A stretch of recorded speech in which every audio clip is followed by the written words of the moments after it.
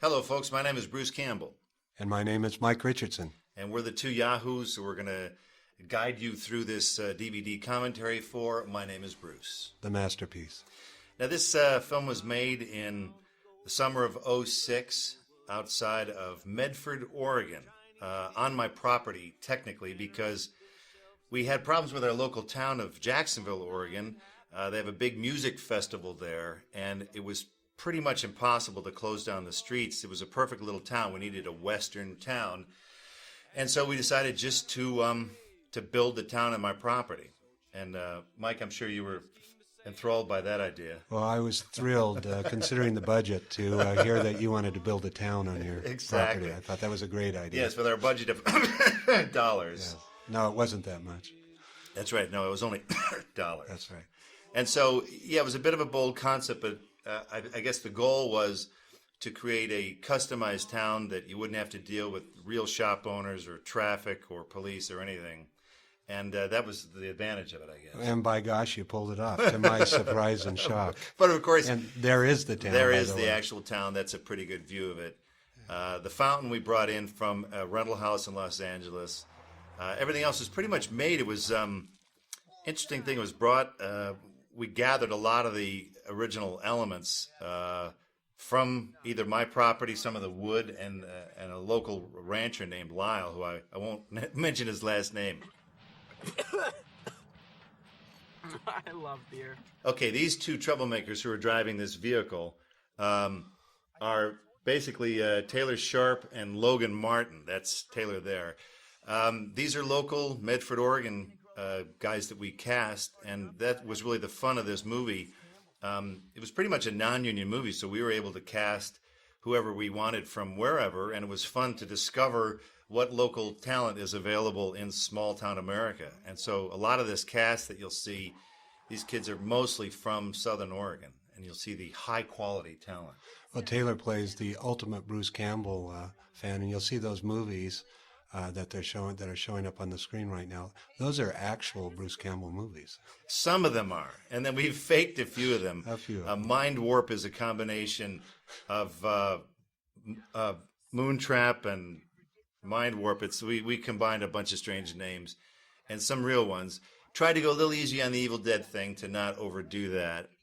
But Except for the cast, the Yeah. jokes, the gags. Yeah, there's a lot of Evil Dead cast members coming up. By the you'll way, see. let's thank Sam and Rob for those. Yes, thank you, Sam Raimi and Rob Tapper, for all your help over all the years for everything. And we really appreciate it. Don't you, Mike? Oh, Aren't we I grateful do. to these guys? We absolutely do. So again, this is all shot on my property. It was an easy way to save a lot of time and effort when driving around. This is the ancient Chinese graveyard, which of course is where all the trouble is going to begin. That there was a cave-in years ago, and a bunch of Chinese workers were killed. And according to actual Chinese lore, the protector of the dead and bean curd is Guan D, the god of war. And so we picked a little valley, another section of my property that used to come down to nothing, and now I've got this dilapidated graveyard on my property. So anyone who trespasses, if you see something creepy, stay away, because Guan D protects my property as well now. I made a little side deal with him. Well, the mine here, if you know the history of Jacksonville, which most people don't. Most I people guess, don't know anything about it. actually has a history of a gold rush there. Yeah, the whole town of Jacksonville is a national historic landmark, and they had a lot of mining starting in the 1860s, and the rancher where we got a lot of the elements to build the town, his deed went all the way back to 1862, which is the first year they found gold in the area. So we wound up adapting the script. We weren't sure whether it was going to be a logging town or whatever, so we decided to go with the mining town of Gold Lick, which is actually a combination of, in my area, there's a town called Gold Hill, and there's another mountain called Bald Lick. So we decided to go for Gold Lick. That's how the name of the town came up. Now, this kid's t-shirt, the guy on the left who just ran off there, Logan, we were talking about, his costume, and he says, well, I got a lot of stuff I can put together. And I was like, well, don't worry, we can have the costume people take care of it. He goes, no, I do this. I do this stuff. And I said, well, what do you mean you do stuff? He goes, I do my own jewelry and belts and stuff. I said, well, but we got to have a maybe a dummy or a stunt guy has to have it, so we have to have two. He goes, that doesn't matter. I'll make two. So he basically made his own entire costume. And that's the beauty, again, of working in a small town. People don't have the designation that they think they should have. It's more like My Sister Can Sew. It's more like Little Rascals, where everybody pitches in. It's a little bit more immediate. It is. And, the kid was happy to do it. I was happy to have him do it. So now he's got his own little customized outfit. And of course, Taylor here is wearing the Bubba Hotep shirt, which is, one of my favorite films that I was in. So I thought, why not? Let's do it. And of course, you got to have the typical. This is the teenagers looking for sex in a graveyard And about to be punished for it. doing something wrong. This harkens back to 25 years of horror film rules that, the guilty must be punished. That's and right. the innocent must suffer. And so typically, from discovering and really messing with the dead. So it's their fault. These kids are a harbinger of what kids should not do in this day and age. Don't touch it. Yeah, of course, don't touch it. But of course, you have to touch it. Yeah, otherwise there's no movie. There's no movie, yeah. So this is one of the sacred sort of amulets that's protecting this place. Which still happens to still be there. It's still there. I left it in place just in case any looky-loos come to check out the DVD and try and find try and triangulate the location of my property. Right. You don't want people to find that because you actually picked that property based on your guess that there's actually gold there. Gold, and there's a vortex that I don't really want to talk about. Yeah. So this is the first appearance of Guan D, played by a guy named Jamie Peck. And Jamie I had worked with before on a couple of other things where he just did some voice stuff for me. But he's sort of a large guy, and he did stage combat at the Shakespeare Festival in Ashland, Oregon. So he was a very busy actor, and he was very often only available after midnight because he was doing a play. I said, all right, fine, we'll use you after midnight. So he was really good with working with staffs, and he'd done a bunch of his own stage work and things like that. But what I didn't realize about him was he also said, well, Bruce, I make masks for kids shows. I mean, what are you talking about? He goes, yeah, I make these crazy masks and I perform them. So I said, well, is this a mask, something you can do for this character Guan D? And there were only general pictures and images of Guan D. If you go on the internet, you'll see some basic images. So we had to kind of make it up. And what he did, he said, well, let me make the masks. And so we decided to make them out of, I think, ceramic, because he did ceramic, wood, and other stuff. And I said, all right, make the mask and wear it. And if you have a problem with it, it's your fault, because you're going to wear it yourself. So we did 3 expressions for the monster. When he's attacking, there's a grimace. When he also has a calm face. And then sometimes he has a quizzical face. Saves a lot on the FX budget. It does. So he made the 3 masks and worked out the little lighting gag in there. And so he became our Guan D in more ways than one. And again, that's the advantage of working in a small town. Now here the trick is introducing Bruce Campbell, quote unquote, in yet another one of his B movies. And the trick here is I recommend you on DVD to watch this frame by frame, because you'll see crew members in the back of shots. We're editing over the wrong shoulder so that the continuity is strange. We're using the same background for each shot. We're only just moving stuff around in the background. And at one point, one of the crew members goes, well, wait, we're not ready to shoot yet. This won't match. And I said, it doesn't matter. It's supposed to be a bad, low-budget movie. So your headphones move back and forth. yeah, the headset switch sides. There we are looking for our marks on the floor. That's a classic actor trick. And so we had a lot of fun shooting this sequence because we could do it quickly, because it didn't matter if it sucked or not, because it was supposed to suck. And we kind of tweaked it so it's got a little bit of extra contrast, looks sort of like a bad 70s movie. And we actually lit the monofilament that the creature has on its wings. We made sure to light that so you could see the monofilament to see how cheesy it was. There's boom shadows. The microphone dips into the shot several times. Now, this guy's beard here was an ode to a questionable movie I was in called Alien Apocalypse, where they were the worst beards ever presented in the history of cinema. And I thought, okay, let's do a little fun with Alien Apocalypse and find the worst beards that we could find. There was a crew member's hand coming into the shot, I love it. throwing the goo. Yeah. And so now this is Mike Callio, the man who's playing the director there. Mike actually is a director of low-budget movies. So. Amazing green screen shot. I tell you, the whole thing was green screen. That's right. the amazing thing. And, of course, there's a camera from, 1967. You wouldn't really even use that type of camera. As a director of photography. Yeah. And, every crew member basically now became an extra in this particular sequence. And this was shot at a studio. Believe it or not, Medford, Oregon has a studio called Landmine. And there's a guy there that's been developing these stages for about 10 years, and they were finally ready for us. I never thought I would find anything like that in the small town near where I live. And sure enough, they had it. So we took some of the sets they had left over, and they had a couple of things, and we just moved them around and used it for our cheesy effect.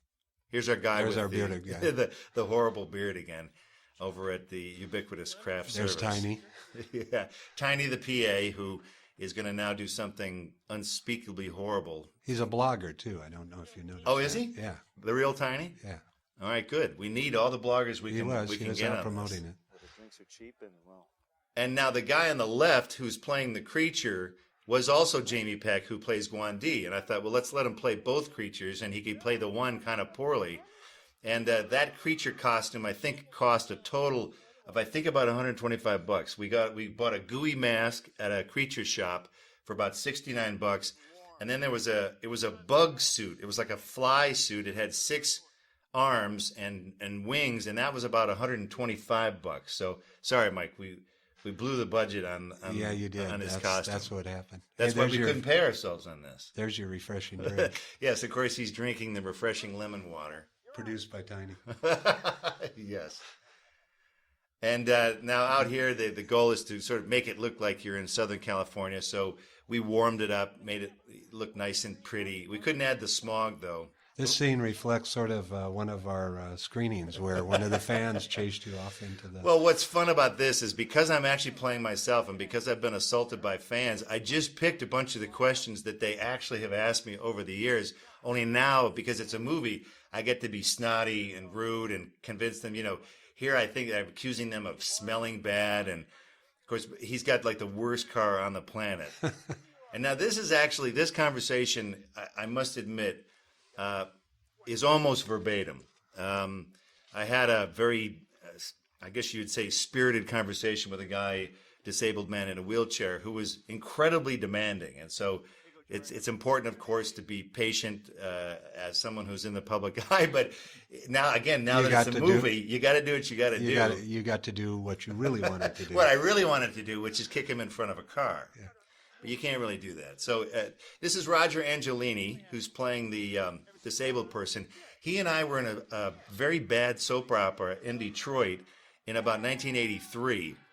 He was playing the bad guy, and he moved to California and hadn't worked in about 20 years, and this was one of his first professional gigs since that soap opera. If you look close, as we go into the bar here, you'll see for a split second Mark Verheiden, who is the writer of this illustrious project. And now this is shot behind Landmine Stage. There's a railroad track back there, and so we just doctored it up like it's one of these industrial strip joints. Now Medford, Oregon, I must say, is full of, let's just say, colorful characters, so it wasn't very difficult to come up with a bunch of people, rowdy guys at a bar, and to look rough and tough. And this woman who plays the waitress there, she was like a real tough single mother, and I thought, let's get her. She just seems like someone who could work in a strip club. You need a certain toughness, and of course, this is the Ham actor Ted Raimi, our favorite guy. And it's very important. I always put Ted in any of my movies so that my acting looks better. Now, in the screenplay, this agent that Ted is playing right here is a combination of... Right, in the movie, he's Mills Todner, Mills right? Todner, Which yes. is what? Well, it's a combination of an agent that I had, my first agent, and Mark's first agent. Right, but we can't really say their No, we real were not names, going to say can their we? 'Cause names. they would be insulting. We sort of combined the two characters into And now one. you combine that because they were agents that were annoying, right? Well, I wouldn't say that. I'd just say they're not anywhere around right now, I don't think. I see. But you guys weren't exactly fishing buddies, No. right? Not- Which is why you wanted to make fun of these Well, people. we're actually not even making fun. We're portraying them pretty much As how they really were. are. Yes. Now, a little note about agents. On a film set, they're very easy to spot when they show up. One, because they're completely uncomfortable and they don't know where anything is or how anything works because they're rarely on film sets. God bless them. They also are the only people who will be wearing suits on a film set, so you can spot them a mile away. And they will be wearing more cologne than anyone else on the film set. So if you ever want to find an agent in real life, just smell the cologne, look for the suit, and look for them being very out of place. And of course, this was my outfit in this. We wanted to kind of run with the actor in a dumb Hawaiian shirt sort of theme. Well, you have a whole wardrobe of I do. Hawaiian shirts, What's the silly by the thing way. is that this is why this movie is so strange, and it's a little dangerous to do because I am blending reality. I do wear shirts like that in real life, and I do wear them to conventions, and even in the show I'm doing now, Burn Notice, I wear them in that. Good show, by the way. Well, thanks, Mike. It's on USA Thursdays at 10. And so, Hopefully it's still on by the time this DVD exactly comes by the out. time this gets released. So it was a way to mess with the reality by sometimes not changing it at all. That I think the danger of this movie is people go, wow, why is Bruce such a slob and an idiot and a jerk and a moron? And we don't know the answer to that. Well, there's a little bit of the Bruce. There's also a little bit of the give me some sugar Bruce. Yeah. And, Right. And a little bit of the real Bruce. A little bit of the heel, a little bit of the moron. So, the fun thing is by pretending that I'm me, I can reference his real movies. There is a reference there to Serving Sarah, which was not a great experience, let's just say. Okay. Matthew Perry and I were fishing buddies, but, so that was a good movie to make fun of because it kind of blew. We were always waiting. I'm sure the fans who watch this movie were waiting for someone in the back to go a little farther, but she never did. No. And the funny thing is, I'm not sure if that woman is a real stripper or not. At one point, we auditioned real strippers for the part, and a couple of them didn't get it. So I was wondering, them driving home at night, going, "Wait a second, I really am a stripper though," and I didn't get the part of the stripper. Yeah. So I'm sure that was very confusing. This kid had to eat this a gooey bean curd and didn't really like it. If you watch, that's not acting. No, he's not acting at he all. Almost gags, which is good.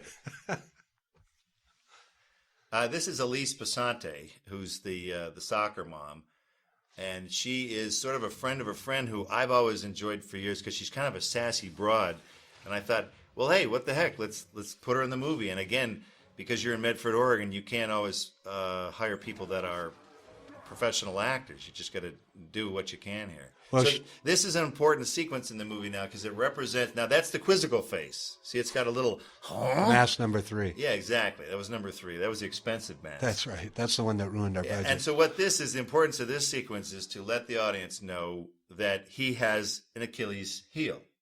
He's Protector Bean Curd. That's now right. Let's see, we have Big Bodacious, Boobalicious. I think there was also some Bondage magazine. So again, I'm portraying myself as a very classy guy. Yeah, well, we'll see when you pick up your mail right there. Yeah, exactly. His car doesn't work. I remember that's when you came up to Portland that way that one time. Exactly. Yeah, I pushed my Pushing car your car down Portland. I-5, you remember? Yes. And so this was, talking about the photography, this is a nice-looking sequence. Kurt Roth shot this, and Kurt goes all the way back to Evil Dead. Kurt was a PA on Evil Dead, the original Evil Dead, and he also played the character Ellen and gets there was a sequence where after her shoulder gets blown away by ash, she pops up in the frame and some blood spurts out. That was Kurt with a mask on. Kurt did a great job on this Yeah, film. so he goes way back. And that was a fun thing of, Mike, you've got some people that you work with a lot. Mark Verheiden really is an old pal of yours, yeah, right? Mark's an old pal. We did we started out in the comic book business. We did comics together back then. He had an award-winning comic called The American, and then he went into movies, still does comics, but we worked on The Mask and Time Cop together. Because you guys are out of Portland together, right? Yeah, we both came from Portland. We were both in something called APA 5, which is sort of a fan magazine where you send in your art and your writing and get butchered by everyone else that's a member. And, of course, you butcher everyone else that Of course. you see in the magazine. And what I like, too, is that, Mike, you're from Portland. Your business is up in Milwaukee, Oregon. Mm-hmm. And I won't give the address of your office there because I know they'll come by and they'll want money from you. But it was great to do an Oregon production. Yeah, it was fun. It's different than, certainly this was a different experience than all of the big budget Hollywood movies. This was sort of fun because basically I was the studio. And yeah, you were the studio. And we just went in a room and drank beer and then said, okay, let's do it. Not much more to it than that. And what's nice about it is we got a rebate from the state of Oregon because they want to encourage production. Well, the Oregon Film Commission was terrific in this. They Yeah. helped us a lot. Very, very And, helpful. We're eager to get other movies, including the sequel. And what up here. we actually liked about shooting in Oregon is that you're not going to see a lot of these actors.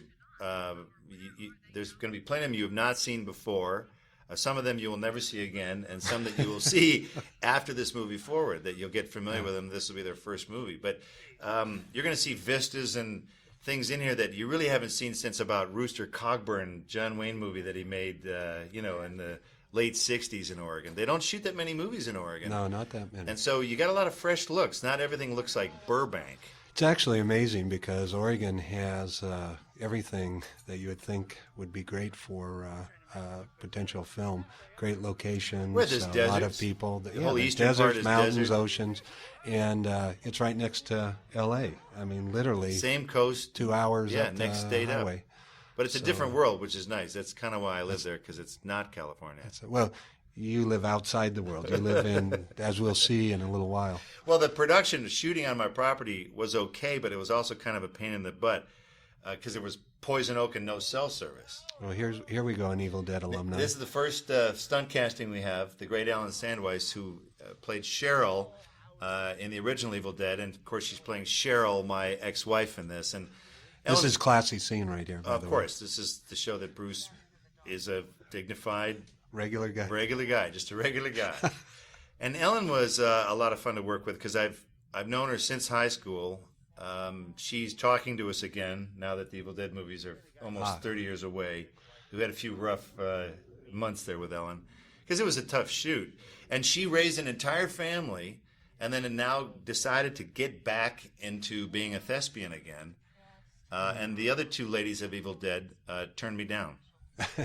So... We should point out your dog here, his name.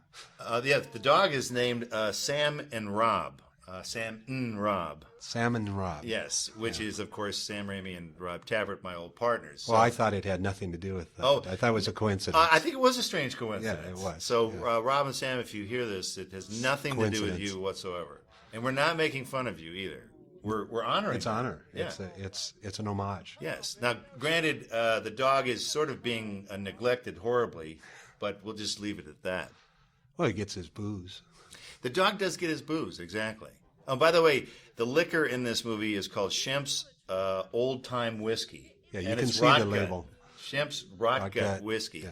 And it's interesting because those plastic bottles, every time they hit the ground, sound just like glass. They sound just like glass. Isn't that funny? That's crazy.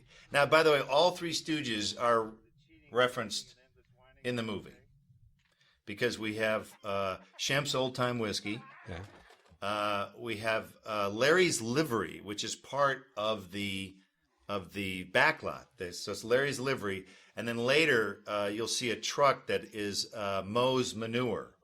Plus, you'll notice a number of Shemps in the credits. A lot of There's Shemps. Studio In fact, Mike, Shemp. don't you play I'm a Shemp? Shemp. You are Yes, the I'm a studio Shemp. Yeah.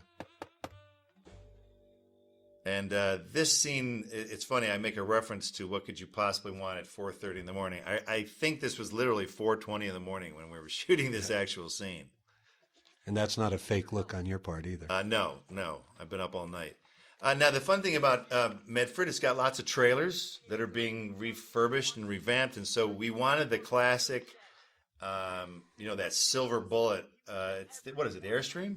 Is that the brand? Yeah, I think that's it. And so we got one that wasn't fixed up yet. The cameraman wanted something that wasn't too shiny, and we wanted something that wasn't pretty on the inside because they were taking these old ones and fixing them up. So we went, give us that old crappy one that you haven't fixed yet. And so we rented this thing and just dragged it onto the property. One of my favorite scenes right here. And I like the fact that the actor can be duped by just Putting put a a quarter. quarter. just put money in front of him and he's fine, And so this is technically the end of Act 1, where this is the point of no return. Now, you should talk about our troubadours here because they were terrific. This Yes. was done, by the way, in the second shoot. You talked about shooting in 2006. Yeah, we actually went back and shot more. We shot a little more because the Image Entertainment liked what we had done so far, and we wanted to expand it out and tweak a few things and do a little more with the monster and flesh this out. Now, these guys, these are the McCain Brothers. Ben to the right, Butch to the left. Butch is the #1 personality of Grand Junction, Colorado. Oh, we all knew that. He's the spokesman for Cadillac there. And Ben on the right has been working for Time Warner for years. And I met these guys in Oklahoma City in '87. They were both on the ABC affiliate. Ben was the news anchor and Butch was the comedy weatherman. And so I was on their show to promote Evil Dead 2. And we started just getting familiar with each other. And they kept bugging me. And I said, guys, don't come to L.A. Don't be an actor. Stop. You have good lives in Oklahoma. And they wouldn't listen to me. So they moved to Los Angeles. Butch got into national commercials all of a sudden. Ben did more episodes of Lois and Clark as a newscaster than I did. And so these guys both worked, and it was kind of nice to see. Well, they wrote a song, the theme song for a film, and I guarantee everyone that if you watch this movie, you cannot escape it. It No, you sticks can't in get your it out head of your for head. days. It's a little disturbing. Yeah. It will stay with you. And those guys, as well as being newscasters, they also wrote songs, which I found out later. So they were kind of good at doing that folksy stuff. So I said, guys, can you write like a Jed Clampett, Beverly Hillbillies kind of thing, Right. telling the story of Guan D? Because this is every actor's nightmare to be kidnapped by A fan. But But you have a good kidnapper. Look at all the luxuries he's put he back did. there He gave me with the Fangoria, and what's fun about that is that we contacted Fangoria, which has been really good to both Mike and I in the past of really featuring some of the stuff Sure. that we've done. And so we got a hold of them and said, "Hey, can you send us the elements so that we can make a fake cover for Cave Alien?" And they were all over it, so they sent it to us. So, like Evil Dead has a Fangoria in the trunk. Now, in My Name is Bruce, we have a Fangoria in the trunk of the car. That's right. Sounded like something out by the barn. This shows that in this little town, this imaginary town, everyone lives in a trailer, as you can see. There are a lot of trailers, though, in Medford, Oregon. So There that was the are a lot of easiest thing trailers. to get for us was trailers. Close that door. You lock it. Well, Hank, what? Now, these two fine thespians, that's Steve Carlson in front and Catherine Rowe in the back, both local actors as well. But Steve Carlson there was in a soap opera for years. Which one was that? Dr. Feelgood in As the Stomach Turns, something like that. But Steve's a local guy, and I got friendly with him. And when we came to make a movie, I went, "Hey, I know a real actor. Let's get Steve Carlson as a farmer." So again, it was fun. Steve had pretty much retired. He had moved to that area, and I dragged him kicking and screaming out of retirement for this featured role. Well, they had a fun little bit together. Exactly.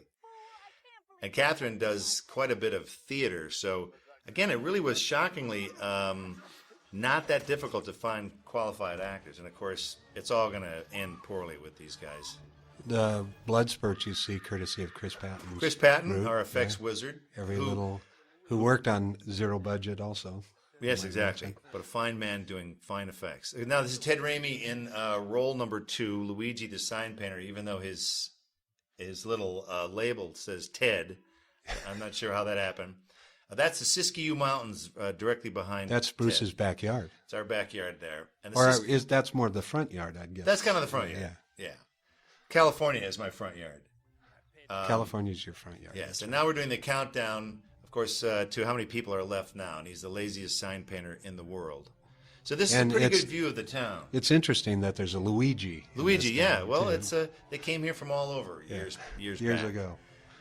And this is sort of where the movie, to me, kind of looks like a Disney movie at this point. Like I expect to see Clint Howard running around somewhere with a bear.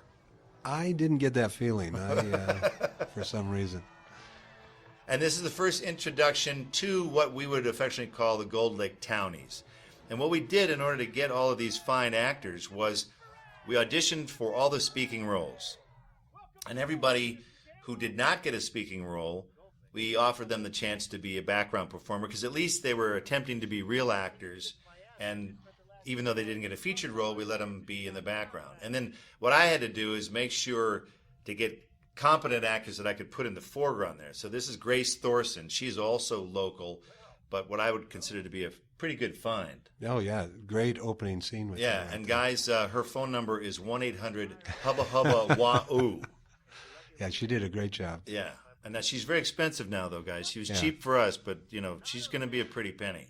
Somehow I have a history of that. Starting out when they're cheap and they get expensive. Exactly. Cameron Diaz, I think Oh, yeah, Cameron. That was one of her Cameron, first things. Her first in The movie Mask. was The Mask. That was her very first. And now every film. time you call her, she'll give you that same rate, right?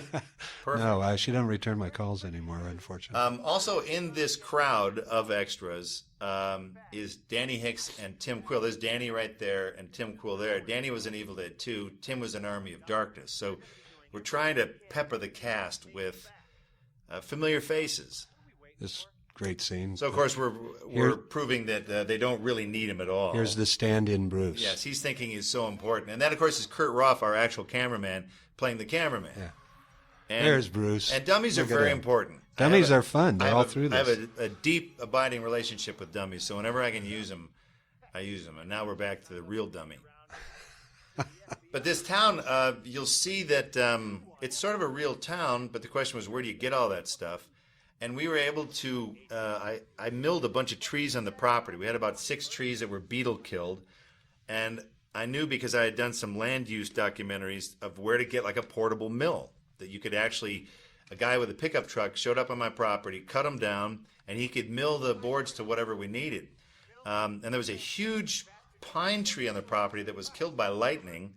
And so we had that milled up into, 1x8s or 2x8s, whatever it was. So, but one of the most successful things, believe it or not, this is a good lesson for filmmakers. We put an ad in the local Medford paper that said, "Got wood." And what we offered to do was we would come and haul away. In exchange for just taking it away, you would give us the wood. And we got about 5 or 6 responses, and we filled up 2 24-foot rental trucks with nothing but people's old fences. Someone had tore down a deck, so we had 2x8s from a deck. So basically, the whole town was assembled through ads in the paper. One particular rancher who had every vehicle he had ever owned still on his property, and a lot of the building materials. And the only stuff that we wound up really purchasing new was the structure to hold the town up, because we didn't want it to blow over and kill someone and sue Mike Richards. Right. Well, it's more secrets of movie magic. Exactly. And because the wood was actually old already, we didn't have to do that much. So we kind of had to just level the area out. And this is Bruce's driveway right here. Is what it used we're to be my actually- driveway. Yeah. Now it's Gold Lick. It is. It's still Gold Lick, by the way. And while it was fun and beautiful and it was summer, a lot of the crew complaints were poison oak, not ivy. Poison ivy is an East Coast thing. This is a West poison Coast oak. thing. Much worse. Poison oak makes you just ooze with heinous liquids until it goes away. It's ugly. And My wife gets in her garden every year, and the same poison oak gets Same her thing, every single exactly. year. So this is pretty bad around here. So we had a lot of complaints about that. Bees were also a problem at our Killer catering bees. tent. These were killer bees. They were too. killer bees. They would come, and if you watch the bees, they would land on like a piece of chicken, and you'd watch them cut it up and then fly away with a Attack little it. piece. Yeah. So we had a bee problem and poison oak, but other than that, Heat, no dust. major issues. Heat and dust. And dust. Funny thing is that all the dirt on the driveway became moon dust. It became incredibly fine and got into our digital cameras, Yes. our high def cameras. So this is the Gold Lick City Hall, which in reality is the Medford Elks Club. And Elks Club, the funny thing about that was formed originally as a club for actors to go drinking, to basically get away from everybody else. That's a true story? It's a very true story. And in hadn't heard every that. Elks Club, you'll notice this, Mike, because I know you're probably an Elks member. Actually, I am, because the one near Dark Horse has a great basketball court. There you go. And a bar. And what you'll find in most Elks Clubs, they will have at least one bar. Oh, that's correct. Yeah. And so I don't know why. But now what happened, this hall, these Elks Clubs have these huge induction halls. So this hall was actually twice as large as we actually needed it. So when we're looking in this direction, we had to move all the chairs back toward this wall to actually shrink it. And then when we look up front toward where the mayor is giving his presentation, we had to shove all the chairs up toward that direction to actually shrink the room. Most filmmakers, they're trying to make something look bigger. Right. We had to make it look smaller. And so the Elks Club was pretty handy because it doubled as the inside for the town hall, and later there's a gun store, and later there's a tavern. Right. So we could shoot 3 different scenes in here, and They had never had anyone film in here before. And I think that's a real beauty, too, because if I was to go into a big building in Los Angeles and say, I want to shoot here for a day, they would pull out a rate sheet of everything, how much they would charge me for lighting, how much they would charge me for this. And, again, these guys were just very excited to have us there. Yeah, they were. And we did pay them. Pleased that they were excited. had been Movies chosen. really are intrusive, and they block traffic, and it's just kind of a pain in the butt for everybody. But if you're in a small town, it's still very quaint somehow. So we'll see if the sequel, if they'll let us shoot there again. Well, we'll have to, of course, turn it into an Eastern European 17th century Exactly. Village, And but we'll see how they Now, react. a lot of these slideshows, these are actual old photographs from Jacksonville, Oregon, in their mining heydays. I got a hold of the Historical Society, and they gave me a stack of these things that I could use just as some kind of reference. So it was funny to have the real stuff relating to the real town, only putting it in a fake movie. There was one of your Stooges references, straw and paper. That's right. Of course, the great Danny Hicks from Evil Dead 2. And that's Kenny Jutner, this kid. He winds up being a couple different things. Kenny just seemed to me like a classic Oregon face. He's got that farm boy look. We put him in suspenders. And there are a bunch of Jutners. The whole Jutner family, I think, is in this movie. They're everywhere. And, of course, typical news of the day. Of the Wild West. 100 Chinese dead, little tiny column at the bottom. Headline, two-headed full. Gets the big Pretty headlines. accurate, historically. As it would, yeah. as it would. They go to all the trouble to kidnap someone. And now this whole This is your routine Brokeback that tribute. these guys did, because they're two of these grizzled guys and they got these great faces, they look like they're so completely not gay. And we thought on the moment, this was the first day of shooting, and I said, guys, I think we need to see you hold hands, and one of you has to say, I wish I could quit you. And what they realized was after that day, we did the gag and we decided to keep it. They realized that I had just made them gay starting the first day of the shoot. So you'll find strange little references to their relationship throughout the movie. You see them holding hands a couple times. You'll see later in a gun scene. Of course, now Ted Raimi can't be held back. He's now has to play his third role. I think it's his last for this. And he does an amazing dance that took hours and hours of research and practice coming up. Oh, yeah. Lots of practice. He demanded he wanted a full week of rehearsal. Yes. At an Arthur Murray killed our studio. budget. Yeah. It did, pretty much. Just his dancing. Now, Ted is made up by Melanie Tooker, who I work with on Bubba Hotep and Hercules and Army of Darkness, and Mel goes way back, too. And this was a good chance. She had worked with Ted quite a bit on Xena. And so she knew that Ted was very hard to deal with and, hates all these prosthetics, but she knew how to deal with them. This was probably a 2-hour makeup job, something like that. This is Ted without makeup, really. Boy, you can't see any trace of Ted right there. But you can when he starts acting. That's how you know it's right. the real Ted. That's right. And we did not add that moose head up there. That was just there. there. We decided to just feature it. I think is this Ted's dance coming up? Yeah, it's coming up. He's explaining the curse. Mm-hmm. so bad about that? And of course, this gag is just to show that there's everyone in the town is Related directly to each related, as you would. And your character with the glasses up front, he was interesting. We'll talk about him. That's Johnny. Johnny, who's got a bar in downtown Medford. Johnny B. Johnny B. So we called him Johnny B. Good. Here he goes. Now, this took a long Look at time these to moves. do. Look at these moves. See how smooth it is? Look at that. And it's very difficult. The balance is really it's amazing. what it's all about. It's amazing. We had to use wires, and then we had to remove them. That cost a lot of money. Chris Patton had to remove them at great expense. Oh, it's over. Yes. Oh. But boy, wasn't that impressive? It was amazing, like I said. Jet Li.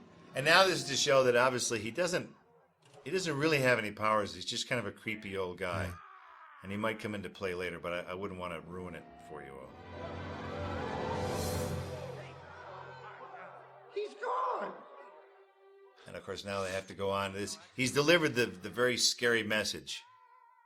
Well, folks, it looks like the presentation... I might mention here that this movie was edited by my friend Bud Smith The great and his Bud son, Smith Scott and his son, Smith. Scott Smith. That's right. Bud, who worked on many of Friedkin's movies, including Academy Award nomination for The Exorcist, and Bud, who I worked with in the past, including movies like Virus. And we asked Bud to come on and edit this, and he brought his son Scott, who he works with, and they did a great job on the film. Yeah, Bud, and it's funny, Bud, I work with him on Army of Darkness because he came in to tighten that up. He fixed it for you, though. Yeah, sure, that's it. And then on Army of, before that, Darkman, that's when I first met Darkman, Bud, because he came in to, let's say, tighten that one up. Yeah. So Bud actually helped the movie Flashdance. Yeah. Because they had all kinds of problems with it, and Bud went, "Let me take it," because Bud is a really one of the best editors in the business. Yeah, ever. And so he took it and did his magic on it, and Flashdance became Flashdance. And so Bud had a little bit of a stink on him for that. I want to point out right here, you actually fell down right here, if you remember, in one of the takes. You tripped and went forward. I believe it. Well, we're back inside the landmine stages, and this whole area was actually up above on the second floor, because you see the ceiling here. That's the real wooden ceiling. And it's a nice thing about shooting in old buildings. You get great old floors and great old ceilings. And this was a chance now to basically dig up every piece of memorabilia that I could find. And there's some fake ones in here, totally too, fake so you have to ones, look close. We had to fill it. Yeah. I think on the DVD we're going to have a gallery of all the bogus posters. Yeah. A lot of them are really, really fake if you look closely. Funny. You recognize that costume, right? I had an old Briscoe costume that we pulled out. This is the ultimate fan right here. Yeah, yes, the ultimate fan. And if it's amazing, there really is quite a bit of stuff that we dug up to put in here. Just had to fill it all. Well, this is actually just out of Bruce's living room. His living room is a tribute to myself, to himself. Yeah, that's another one, the Stoogative. You see between the two of them. Yeah. So instead of the Fugitive, we've got the Stoogative, and Clever. There's about 8 or 9 more of those. Sometimes with crew members even. And so now he's got the his Evil Dead shampoo. Yeah. Or what he thinks is Evil Dead shampoo. Jeff, where the heck did you find this Evil Dead shampoo? Of course, the Evil Dead was a big movie, so they did Evil Dead Drain Cleaner. Oh, yeah. Huge in Japan. Yeah. Drain Cleaner sold a lot. I guess it's a good chance also to shout out Mr. Joe LaDuca, who did the score. And Joe goes also all the way back to Evil Dead. And it just seemed natural for a guy who's actually scored a bunch of those movies to score a movie about a movie. And so really thematically what we tried to go for was to come up with a big, like Lawrence of Arabia, sweeping theme. And he succeeded. Yeah, I think he jumped all over it. Great, yeah. And now what we've got coming up is it's a major sequence in the movie. This is right here is a major. This could get you the Academy Award. Again, right a local group out of Oregon. I believe it's Oregon Rain are these guys, and it was just nice to be able to call up some local guys and come in and use them without having to get all involved in bringing someone in from Los Angeles. Because if you think of it, there's bands in every town. And some of them would love to be in a movie. Exactly. This back at the Elks Club again now. This is one of their bars at the Elks Club, and it had a pretty good look to it. If you notice through the movie, there's always that guy with the camera filming everything. Right. Never really explained. He's just there filming. Yeah, no, not really. He's there to document, which I think is part of the shtick of why Bruce thinks this is all a fake joke. Yeah. Because we kind of have to sell the fact that he thinks his agent is doing this as, his great birthday present. Right. And of course Grace, who's playing the only character that doesn't really believe him. She's the only one who tells it straight. Right. Now Ben, he's from Oklahoma and from Texas originally. And these guys, he and his brother have every euphemism, every silly phrase. And so Ben added this one here of, we're going to treat you so many ways, you're bound to like one of them. He could go on these for days. And I patterned a lot of what Ben said in real life. At this point, he says, good gravy, you've got to play ball. Yeah, how many people do you know in this world say good gravy? Well, he's the only one. He is the only one. I went, Ben, you've got to say good gravy because it's so ridiculous. Now, this sign, people will see that and start spelling your name that way. I hope they get it, though. I hope they get that the sign spells my name wrong. But I'm sure that these aside from you saying it, I guess so, yeah. But there are sharp people watching this DVD. They'll understand. And of course, he had to order a sarsaparilla. Yeah, That's of what course. mayors of old-time That's right. towns ordered, sarsaparilla. You know, he is the perfect mayor. Yes, he is. He might be a mayor. Of course, now here's Butch, because we wanted to do something more with Butch. So Butch is the official sheriff. So even though they're the singers in the town, we had to play this a little careful, because once Butch is gone out of the story, we knew we could only cut back to his brother singing, because it'd be a little strange if we killed him. And then he's got a little Barney thing. He's a little bit of a then. Barney thing, yeah. We loaded him down with equipment, and he thinks he's just something else. Now, these vehicles in Southern Oregon are pretty interesting. The main vehicle in the movie wound up being our third choice, because 2 of them died on the set the day of shooting. So we never really knew if these old, because, you know, in a movie like this, you want funky old vehicles, not all these brand new vehicles. This guy with this yellow truck, he towed it to my property and went, "Hey, you like this truck, don't you?" And I'm like, "What do you mean by that?" He goes, I could probably just leave it here, can't I?"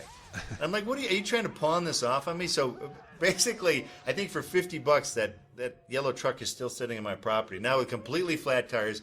And he drove it there, but now it doesn't run at all. Well, you know, we're not going to be able to use it in the sequel. No, because it'll be too expensive by that point. Well, But the vehicles were always questionable whether they would even get out to my property or not. And these are our big, huge tie-ins. I think we have Tanqueray Gin. And, of course, we didn't get any of that. They just let us use it. Heineken, I think we could use their name.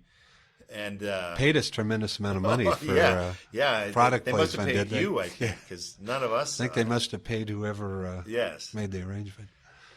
And, of course, here's the chance now to fall in love.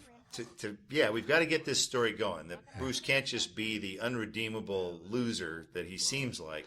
So he drinks too much, eats too much, And grabs wipes his women's hands on butts. people, Yeah. and falls on top of her, Right. and she falls in love with him. Right. Of course. He falls on her. She falls for him. That's right. It's very It simple. was a very clever line in the script. And this is where you'll see our dancing skills. Grace is funny. She is a theater actress. And so, you know, we were shooting at a pretty good pace, almost at a television pace. Mike refused to give me more money for the movie. Well, I did give you more money, remember? That's right, you did. Okay. But it's important for me to be the disgruntled filmmaker. So basically, you know, we're shooting at a rapid pace, and Grace and I hooked up in a back room, not like that, but just to rehearse. And she goes, "What do you want to do?" I go, "Oh, we'll just do this, and you do that, and you do that." And so we did it like once, and I go, "All right, great, let's not over-rehearse it." She's like, "Over-rehearse it? We haven't even rehearsed it at all. What are you talking about?" I mean, she's used to like going for weeks and weeks figuring stuff out, and we would do it once and then shoot it, because that's about the only way to do it. But fortunately, she's really game. I mean, she's been in a lot of theater, and she's kind of used to anything.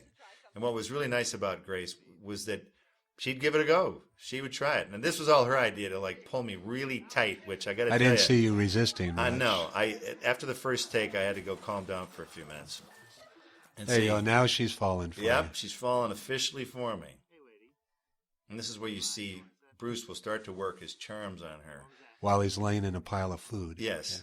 Pile of fake food at the Elks Club. There's an old Indian saying for that phenomenon. And then, of course, you'll see pretty good example of the town coming up at night. We've seen it a little bit during the day, not too much at night, but it's a nice chance just to do a nice walk on the boardwalk. And by owning a town, essentially, you can kind of film it any way you want. It's interesting how, you know, you take the town that was built and you see the different angles, camera angles, makes it look like you're looking at a different place. Right, you know? right, exactly. Each different angle. And so this is just fairly one long Steadicam shot. We wanted to let certain scenes play. You know, in these newfangled modern-day movies, there's quite a bit of editing, as Bud Smith will attest to. But this is a little bit of a simpler movie. We wanted some stuff to play, and I think a lot of comedy plays in a two-shot, pretty much like this, where you can see the actors interact. Sometimes I've been on movies where they film comedies kind of strange, where it's close-ups, and it doesn't help the rhythm of the comedy too much. So it was fun just to let this play, and if you've built enough of the town, you can just film it. And I thought Kurt did a really nice job with this particular scene. He did a great job. He tries to make me look like a reasonable fella here. Of course, I ruined it by forcing you to put in sound effects here. It's okay. I think it's an important because apparently her rear end makes that noise Well, two different noises. when you grab. There's two different noises that her rear end will make, and we'll realize this. Yeah. But this is where if you look at Grace doing this, I mean she's kind of going for it. You can see clearly that I have wooed her. She's There's, every time you give a speech about how sincere you are now, right. It's followed by some an awooga or a car screech or a hand on the behind. Oh, not quite. Not quite. There's the the town. is waiting. Sure, Mr. Mayor, of course. Just give me 5 minutes. And now coming up here is it's a fun sequence with my buddy Tim Quill, who plays the gun store owner Frank. And Tim goes all the way back to pretty much the Super 8 movies in high school. Tim was he's playing the Got Ammo guy here, Frank. Tim was the Studley swimmer, and through Tim is how we got all the pretty girls to be in the Super 8 movies in high school, because Tim was the broad-shouldered, blonde hair. He had that kind of greenish blonde hair. If you swim too much, you get too much chlorine in your hair. So Tim had his girlfriend, Christy. I won't say her last name because she's probably married and happy now. And she had other girlfriends, but these chicks were the hottest babes on the planet. We couldn't get them. Sam could get chicks. I couldn't get chicks. And Tim had them hot and cold. So he was very useful. All the jocks had girlfriends. So Sam was a ladies' man?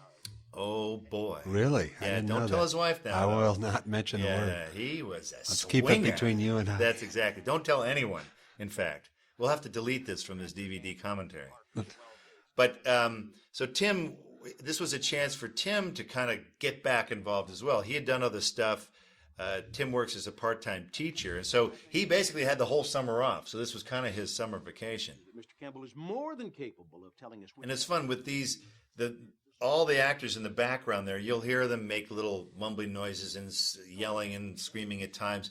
What we did is when we got into the post-production phase of it, we actually were able to get all the exact people back again, like a year later, to do the voices for the townspeople. And Didn't we get that one yelp in each time? Yeah. There's a few people who made obnoxious noises. That's we had right. to edit around, but that's okay. But it was nice because they already knew the movie. They already knew the sensibilities. I knew most of them. And it made it a very pleasant experience for them to come back in and be able to add it. So they're doing all the group noises. All the real people are doing their actual group noises here. Here's the scene coming up for every Bruce Campbell Ash fan about to come up. That's right. And here's our second reference to these guys having No, it's actually the third relationship. one. It's actually the third, That's right. back at the bar. Here So, we go, right here. Yeah, and the funny thing is, Mike, I don't know where this prop is. Oh, really? Did you steal this prop? I didn't steal this prop. I think you had your foot soldiers come in and take it away. Somebody's got it up on eBay. Is I my think guess. so, but I think they did a really good job. It's the BC 5000. It's the ultimate chainsaw. I mean, we had it chrome plated. It's got I like the red chain around that. That's terrific. And our fanboy's world is about to come crashing down. Well, yeah, exactly. Got to give this big speech. Watch the look on his face as Bruce. Well, actually, the funny thing is the music continued, and Mike, I remember your first reaction because there was very sad music That's over this, right. and you went, "That's too horrible." Yeah, that is too horrible. And because it really played out like it was a very serious, dramatic scene. Yeah, it was and supposed to the be a kid was gag. completely crushed. So we went back to the sort of the record skip And kind of. it just stops. Yeah, just grinds to a halt. Which is funny. And of course, there's my Bulgarian reference. I made a movie in Bulgaria. I'm not afraid of anything, which is true. So it was fun to throw real references into a fake movie. Of course, everyone Bruce still thinking that this is all, sure, let's get drunk, let's go shoot guns, and let's have a party. He thinks it's fun. Yeah. It'll, of course, all come crashing to a halt soon enough. Great. Some move. of Chris Patton's fine effects work there. Nice shot. And this shot in a clearing on the property. And what's nice is that I'm a big fan of fog. I learned that from the Evil Dead movies. You've got to have fog 100% of the times. Now, to achieve all this wonderful fog that you see all through the night times here was our effects coordinator, Bill Boggs. Bill's just a great guy. He's worked on all kinds of movies, big, medium, small. And he understood. He got it. He was a fan of the Evil Dead movies. And when I said, Bill, I need that good fog, he goes, right, got it. So we had probably 2 or 3 guys prowling the hillsides with portable foggers. And it really is an art form. It seems silly to say, but if your wind is shifting at all, and my property's up on a big slope, so at the end of the night, the cool air shoves all the air down, so you get your flow reverses, and earlier in the evening it's going up. So we're constantly moving. Wherever the wind would go, you got to kind of predict it. And if you get it right, it really looks cool. But it's a must-have of any kind of cheeseball horror filmmaking. And so I think Bill did a good job. If you look at it throughout, there's some pretty decent fog going on here. Give it a rest, Shatner. There's my little dig at William Shatner, accusing him of being a ham actor. Oh, stop. It's just disingenuous, of course. Of He's course. an Emmy-winning actor. Great. So this is where the dastardly moment where our hero realizes the fact that this thing is not a figment of his agent's imagination, that this, in fact, is real, and bad things are going to happen. That's Butch playing a unibrow guy in between them, too. He took a lot of pains to get that unibrow. That's, by the way, is the first time a head is split down the middle. Yes, exactly. In this movie. Doesn't happen very Important often. scene. And so now this is showing Bruce's true colors. That was my nephew getting shot.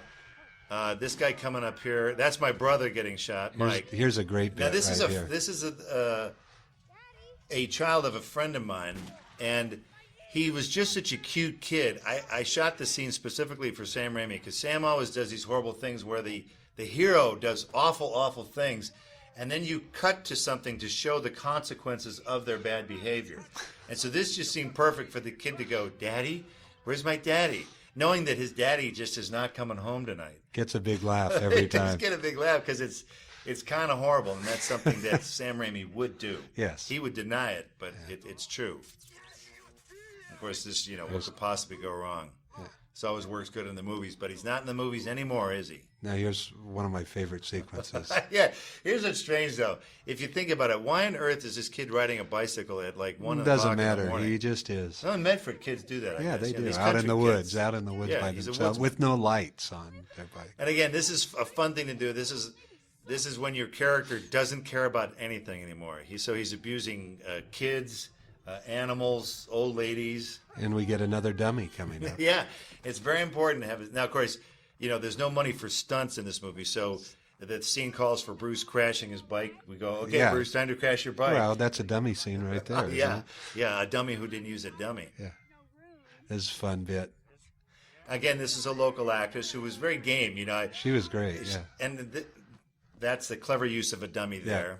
Because it's hard to throw old people out of cars. Oh, the director on this did a brilliant I job. tell you, there. boy, that guy's something else. And this she is also a insults him. chance to get cheap shots at some of the movies that I've been in. Yeah, So she takes a cheap shot at Moontrap. That I was the worst part about that movie. And the kid on the bike took a good shot Yeah, at you you, sucked too. the McHale's knee. Exactly. So it's a good chance to do that. And the music here you're going to find kind of oddly similar to Psycho. More than oddly similar. You'll find it probably very similar. So Bruce steals the car and runs out of gas, and then his first comment is, cheap old lady. Exactly. The cheapskate old lady. It's the American way to That's never right. take responsibility That's right. for anything. It's always somebody else's whatsoever. This sequence was kind of fun to do. It's not some fancy effects sequence, but we had to time everything out because originally when I planned the sequence out, I had about 8-9 different shots looking in different directions. A car arrives, Bruce runs over, gets in, the car drives away. But the way these guys lit the town, we lit it with these 2 giant balloons that go up in the air. And what it allowed us to do was light the entire town with a sense of moonlight. There's Larry's livery off to the right, by the way. You finally see it lit there. But it allowed us to do one continuous shot. So this isn't a 360, it's a 720, where we go around in circles twice. And it allowed us to, it was longer to shoot this one shot because we had to plan more things. Because we always had to plan it. The truck had to come at the right time. We had to Now, be if able you to notice do it. right here, That's it goes Moe's by, manure. That's a manure truck, Yes, which Moe's you manure, don't... hauling and disposal, in That's case you want to hire them. disposal of the manure lying around your yard. Exactly. And that now it's the actor who's the manure. So this would, I think story-wise, this kind of represents... I think it's end of Act 2 where the hero has completely abandoned and given up. And We're at our he's- lowest point he's for failed. everyone. Yeah. He has actually, and we added a line, he's just a damn coward. And here we go with Luigi. Back to Luigi now, changing the population sign because everything was fine for a long time, and now, of course, it's just going to be one after the next. By now he's figured out his... But I'm sure everything's going to be fine with him. I don't think anything will No, happen nothing's with going to happen Luigi. with him. Notice he's doing his sign in the middle of the night. You're right. Why would he do it in the middle of the night? I- Exactly. Because he has to get killed. He has to keep it up to date, too. Now, the elements of Guan D, we have a little smoke element in front of him. We have a little bit of a heat ripple element. And we have glowing eyes for him as well. Because Well, your intention was not to do a big, giant Hollywood-style monster. No, that's right. It's basically a guy in a suit, but we tried to help him out a little. Yeah, yeah. You know, and it's a type of movie that, unlike classics like Hellboy 2, that has great, That's, right? Of course. Classic. It's brilliant. Everybody knows that, Guillermo's a genius. right? And right. shows on And the you screen. discovered him, so it's understandable. Oh, of course. So if you have those good effects and huge budgets, you can do movies like you make. Yeah, But that's right. since you won't But let I us did have that. But I was involved with this movie. Oh, that's right. You were involved. in this. Remember? Yeah, thank you for that. You siphoned all our budget off to Hellboy 2. That's right, that's And right. you don't. I know you don't want to talk about it. No, I don't. Now, this was a good opportunity to show Bruce's world. The garbage can, we made sure that it was completely filled up with wine bottles. There's more of your great magazines. More magazines and a very classic script. L- More of the cave. Now, Here here's comes the- salmon, if you- Rob. Yeah, if you think about it now, you ask yourself, okay, he's been away for a while. The dog is locked in there. Yes. What is the dog doing other than like crapping and not eating? And now he's showing his appreciation to his master. And this dog was a very cute little dog. I think also I think that dog might have been from Eugene. Oh, I think he was another local actor, was he not? Yeah. And this trailer is pretty much as it is. We, of course, dressed it. And what I did to prepare, I just lived here for a week. Did you know that? Were you aware of my preparations as an actor? Yeah, I think you lived here and Remember I wouldn't take your calls? Well, yeah, you I wouldn't locked take the myself calls, in. and I just heard that you were demanded trying whiskey to. to be handed in through the window. Well, you were reliving a year of your life from Right. from the earlier days. Right, exactly. Just to get myself ready into Ready. this mode. That's right. Because I am a method actor, really. That's if you right. Think about it. You are. So that everything that's in the trailer, I brought in and actually used or wore or ate, and then left it. Yeah, it's still sitting there in the It's trailer. still there The today trailer because is I still still sitting live on in the your trailer today. By the way, you lose the trailer in the next movie. I just want to tell you. Oh man! Gets towed away. And I just had it fixed up to my liking. Yeah, that's right. I hate when that happens. And they make a lot of movies back to back now, so this is a little bit of a nod to that obnoxious concept of let's just make two movies that's back right. to back. Cave Alien 3 and Cave 4. Alien 4. In Bulgaria. At least you're a working actor here. That's right. I should be grateful, shouldn't I? That's right. I shouldn't complain about when this happens. So here is the lovely Janelle Farber, also a local actress, who's playing the singing prostitute, I guess. Singing prostitute. Yes. And she also has Shemp's Old Time Whiskey, which is really the only present that the agent was sending him, was a girl and some liquor. And that's what started the whole misunderstanding in the town. Exactly. Now she's here to demonstrate what the agent was really giving her. Woman? And what's funny is she came to the audition with her mother, and that's always a little strange when you go, so we want your daughter to play a singing prostitute. How's that? Oh, fine. So I think when you convince the parents that it's just a silly comedy. I find this an interesting scene where you throw the phone out and yet it still works. But it's warbling. It's not working as good. Yeah, He threw it out, and it hit the dirt at such an angle that it tumbled. You made me cut that shot out, remember? Oh, yeah, that's right. Where it tumbled and fell back into position where, if you look at it, the phone is just barely on. I see. So we took great pains to make it realistic. Yes, yes. And then in the sound, Sean McCoy, who was our sound designer and sound mixer, made the phone sound ill. Well, he can make the phone work anytime you want. That's because right. He just That's right. He just adds it. He just adds it later. Yeah, but I That's had right. him add a sick one. So just to prove to you that I took a lot of thought into this. So this, of course, is the tragedy where our young hero realizes that his hero has let him down completely, and he's going to take on the monster himself, which, of course, is going to be disastrous. Yeah, this next scene, John Landis told me that we borrowed from him. I had to remind him that this scene was Had been around since 1932 when well, they I first saw it in figured a out how to Donald do Duck. it. I saw it in a Donald Duck cartoon when I was a kid. Exactly. So unless John was around back there. Yes, I think the devil angel thing is not something anyone can claim. Yeah. So it's not yours, John. Sorry. But it is fun to have the devil and the angel kind of get at a little bit. The devil, of course, is very crude, very crass, not like the good angel. Although she does flip him off, and he's got a little crotch grab here. So this is very... But Chris Patton did a great job at this. Great job with it. When you see him floating there, you don't see... There's no shadows, That's there's no right. movement. I mean, he really did a good He job. did a good job. Brilliant performances by the angel Well, and the devil. that goes given. without saying. Those two actors were local, those two. Yeah, Did they you know were. that? I knew that. Yeah. One guy was from Eagle Point, and the other guy was from outside of Shady Cove. By the way, I don't know if you realize this, 3 Bruces in one scene. That reminds me for the day I first met you on the set of Army of Darkness with where your we were doing dad. the Time I of was the sitting Ashes. next to your dad, and you had ashes running all over the place. That's right. So you're used to seeing a lot of me. Well, you this gotta was get your eyes checked. reminded me. We just needed your dad on the set, and then it would have been like old times. So obviously this represents the hero must return now, but he's sort of lost favor in town. And he did have time to change. He did change it. You could put a different shirt on. Yeah. Which you That gotta, shows it's a different time. Yeah, that's that how time we do has it in movies. passed. You change their clothing. Yeah. And this was sort of fun because it's a chance to sort of destroy a lot of my merchandise. Make fun of collectors. By the way, I was horrified by that because I was thinking, geez, right. I don't want my stuff thrown in from there. Dark Horse Comics. Mike made sure that in all of this editing, there was no Dark Horse item that was thrown into the garbage. Nothing from Dark Horse can be destroyed. It's too valuable.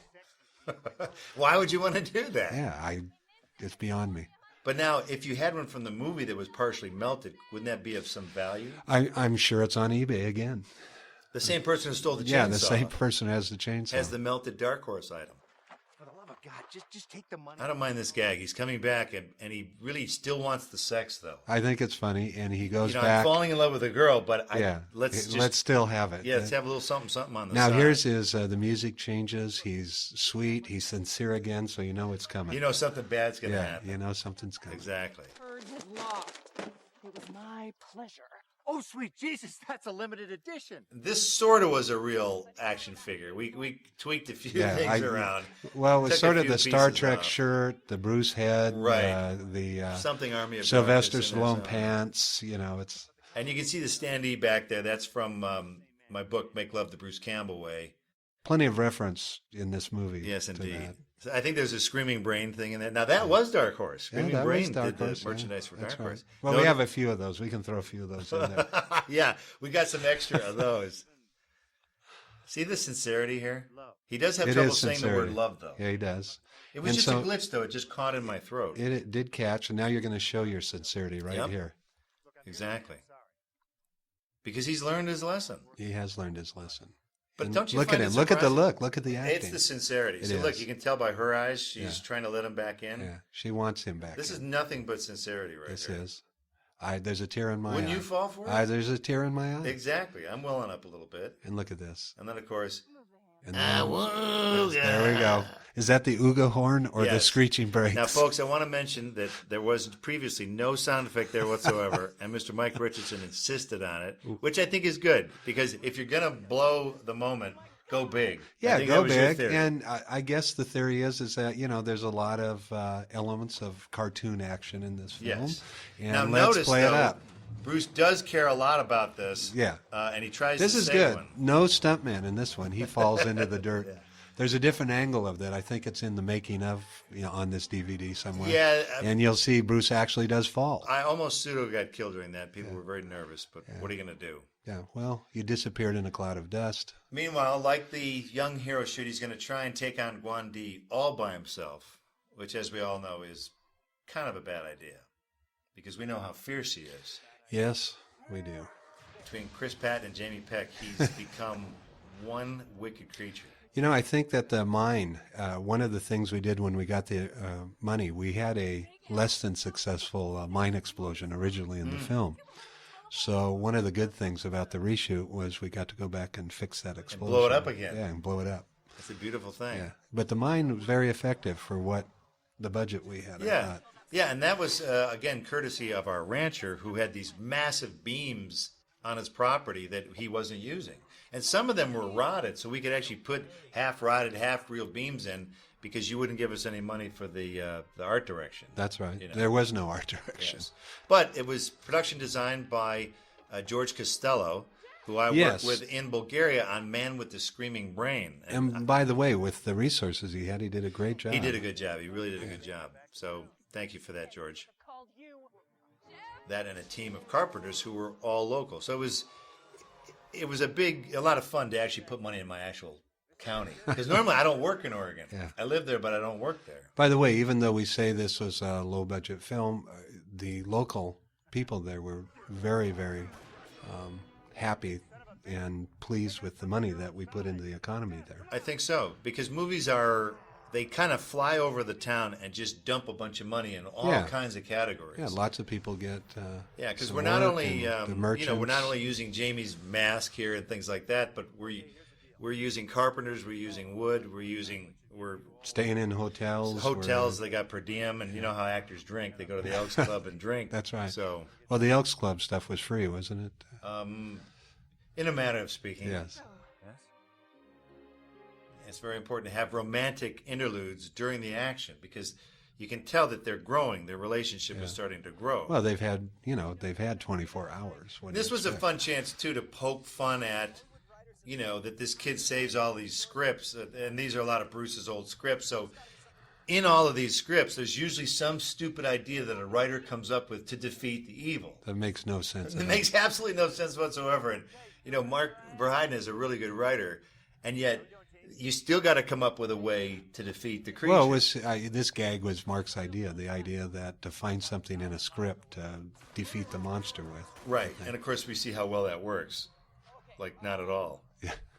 But it's a good gag. It's It's a like great gag. the kid's doing everything he can to help out. Because really, at the end of the day, you've got three people fighting a monster who don't have a clue. Bruce has no clue whatsoever. This kid probably has more of a clue than Bruce does, and the mom is the only sensible one of the group.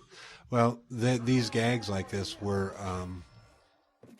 if you remember that first story meeting we had down in my office in L.A., probably laughed more in that meeting when we were all But talking it wasn't about about the the script. ideas. It was about other stuff we were going to do that night, I think, wasn't it? Or, No, it was about it was about the script. the script didn't exist yet. It was the story ideas.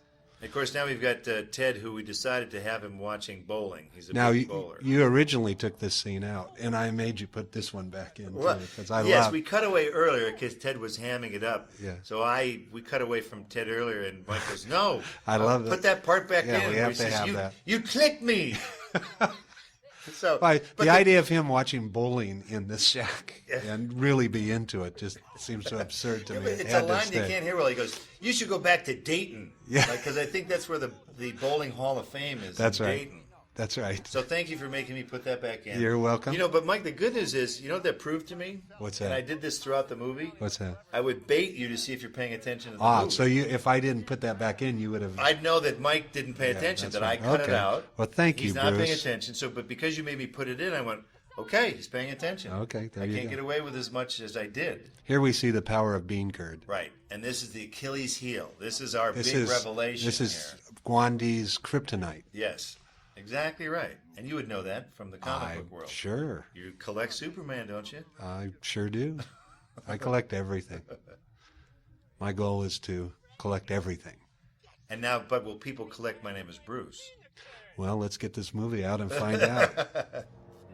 Afraid of Wing, huh? And it's important to kill Wing off as early as possible. This is the gag of him thinking he's more powerful.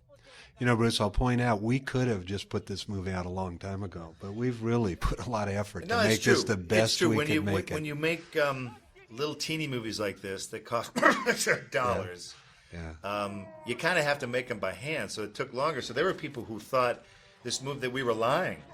Right. this movie wasn't coming out. Yeah, if you read the blogs, people were Right, saying they were starting to give up on it. or that something happened to it. Or, Yeah, something horrible. They had shelved it, but really we were just trying to make it. And we got more money from Image. They gave us money to increase the effects because the effects were originally designed just for DVD. Yeah.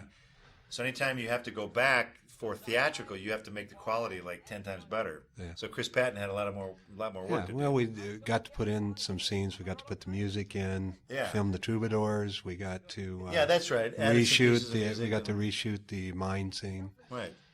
And I love this right here. Every kid just happens to have a case of dynamite, Hercules dynamite. in This kid's his, got everything though. yeah, he does. Plunger, wire, and he's prepared. These are Should have been- today, Mike. They're not like in our day. on reflection, it should have been Acme Acme dynamite, though. We didn't think of that. But the Hercules was, for some reason, that was the actual name. I thought that was kind of fun. It is A little fun. ode to Hercules. But you know, all the Acme dynamite in the old Roadrunner Yes, cartoons. That would have exactly. been fun. But I've worked with a number of superheroes. Do you realize that? I have worked with Superman and Lois and Clark. That's right. The TV show. You've worked with I Spider-Man. worked with of course. Spider-Man. I named him. as you Not to remember. mention all the super villains in that particular Indeed. And I worked with Hercules. series. So And you've worked with he's Hercules. technically a superhero. Well, you've worked with Xena too. But she's sort of a superhero. Hercules has superpowers. I Well, mean, here he's- Hercules has well, so does He's Xena. half god. He is half god. She's all chick. She's all chick. A lot of chick. Lucy's all chick. Yeah, exactly. Sorry, Rob. And so this is the big showdown.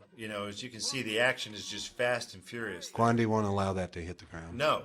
And that's how we knew that Bruce could distract them, because Guan D would not care about anything but protecting this bean curd.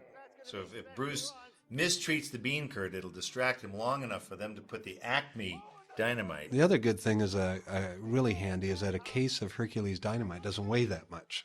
No, it's the old dynamite of years ago weighed a lot more. Yes, that's right. This is newer. There See how we- delicate he is with it? It's Guan D-licious. It is. It's yeah. If you look at the label, it's Guan Delicious. There he is, Bean paying curds. tribute to Yep. his bean curd. And it's giving them the vital time that they need to destroy this creature. That's right. Now Bruce has to provide a diversion here. Exactly. Now the final and most brilliant part of the scheme. Here it is. Is the monster will not know That's not Bruce. that that's not Bruce. Well, he's talking there. He's talking. It's him. Yelling to him. Hey, Absolutely. look at me. So I don't know. I think this is probably one of the most brilliant schemes Ever. conceived for a movie. And you've worked on a lot of movies. A lot of them, and so have you. And Now you've worked on a lot of #1 movies that have come out. How many? Few. Now? Like 5 or 6 that were number A few, one. yeah. Their opening weekend. Yeah. So that means this will be 2, right? this will be #1 in our hearts and minds. Perfect. Yes. That's a good answer. Very safe answer. Probably not going to do the box office that The Mask did, but who knows? Well, The Mask, that little tiny movie. Yeah, that movie We'd that... be disappointed if we only made $182 well, million. if Sam would have directed it, you'd be Jim Carrey right now, like we wanted. Only if I die, kid. Wish me luck. And so now he finally has to fess up. This is the full circle, the full realization of Bruce's hero, that he was a movie hero. Here she is, And he was a and dog. there's Bruce in another sincere moment. Well, it's the final payoff that Yeah. it's not his It's hand. not his hand this time. But I what would don't it- even want to go there. I don't want to go there I'm either. staying away we from don't, that. we don't know what she was Yeah, reacting we to. have no idea. Something impressive, obviously. Here goes Bruce as the hero. Yes. That was my one action scene in the whole movie. I run. Yeah. That's what I do in this movie. No, there's action right here. Watch the shadows on the wall. This was sort of fun. I Well, actually, this was two crew Yeah. people, and if you look closely and pause it, you'll see one guy has a walkie-talkie on his hip. So if you slow it down, well, check it out. Guan D has one of those. Oh yeah, Guan D. He's a modern guy. Yeah.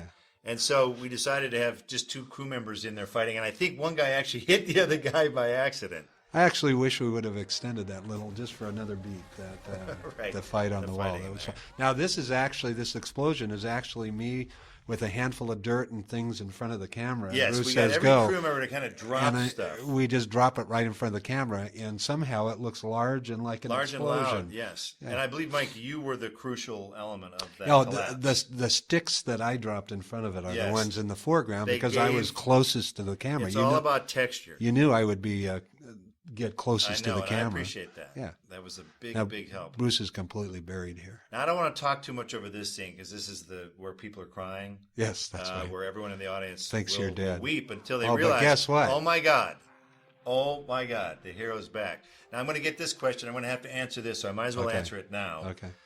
How did he know to put the amulet back? Because when he was up in his room, Right. while we were paying attention to his young fan, Yeah. he saw it sitting there, and he said, "This must be what Something started that this can be whole damn used. thing." So really, it's his It's in there. powers of deduction. Yeah, it's in there. You just have to look. So people, if they complain about this, it only means that their observations Yeah, are it means weak. that they're not watching They're the not movie paying attention. closely. And that they should really buy another copy and watch it again. That's right. That's right. I see. And now this is what bothers me in movies, was we decided to do it as a gag here, that, you know, how many times in horror movies do you kill somebody and then the monster comes back? Well, we did it. Well, yeah. Well, now we have some great talk about great acting. Now we're going to have some great acting coming up tell right ya. there. There he is. Oh, look at that. Oh, look at that. What That's a Mr. Mike Do you see Richardson, that folks, job? the one right of the there? studio executives. He's known as the studio shemp. I think Chris Tung. Oh, wait, and here's his big line coming up here now. Oh, here it is. Let's just wait for it. Okay. Let's be nice and quiet and listen. Yeah, a happy ending is a great. think about it. Oh, my God. Oh, was that Was great? that unbelievable? Was that great? Look at Chris Tung in the background. But look at you're like a rock. I am. You know? I am. You had Well, it was the poise. direction, and it was the hours of endless rehearsal. The direction and the rehearsal, and by the way, getting into the character. I got to tell you, I had to get was- into the I was character. a little surprised that you wanted a week of rehearsal for Yeah, that. I saw a little tear in your eye though when you watched it the first time in the It's dailies. true, though. Well, you gave us so much to work with, I didn't Yeah. know which take to use. That's right. It was Ted tough. is very consistent. It was and tough. His yeah. delivery is always the same. I try to put something different every You time. put that spin on it every time. Here you have a reference to your book right there. Well, indeed. Yeah. Make Love the Bruce Campbell way. And by the way, you not? are no slouch in this scene either, I have to say. Oh, well. I'm sure that my particular scene Well, just it made you oversh- take a step It up. overshadows all of it. And there's the surprise So this is ending. our third ending. Yeah. We had to kind of figure out how to Yeah. eventually end this movie. Surprise ending. And we'll have some other luminaries that will go by here. These two fine people who Oh, produced right the movie there, here. yeah. And great writer, Mark Verheiden. Mr. Mark Who's Verheiden, doing folks. Battlestar. Now, Craig Sanborn, as the associate producer, did all the graphics in my first two books. So he became graphic man / assistant / useful guy, and so we made him an associate producer. The great thing about the extra shoot is at the end we had a little music video that we. Yeah, we kept shooting the guys. What we did was occasionally we would just, whenever we were in front of the mine shaft or somewhere else, we'd have the McCain Brothers just show up and sing, whether it was daytime or nighttime, and somehow in kind of a Cat Ballou, sort of a nod to Cat Ballou, and Yeah. I think something about Mary used that as well. Yep. Kind of that musical interlude to tell the story. They're the Greek chorus, if you will. That's right, and it just added something to the movie. It's amazing to see how the movie changed once that was that whole element. They was helped added. frame it.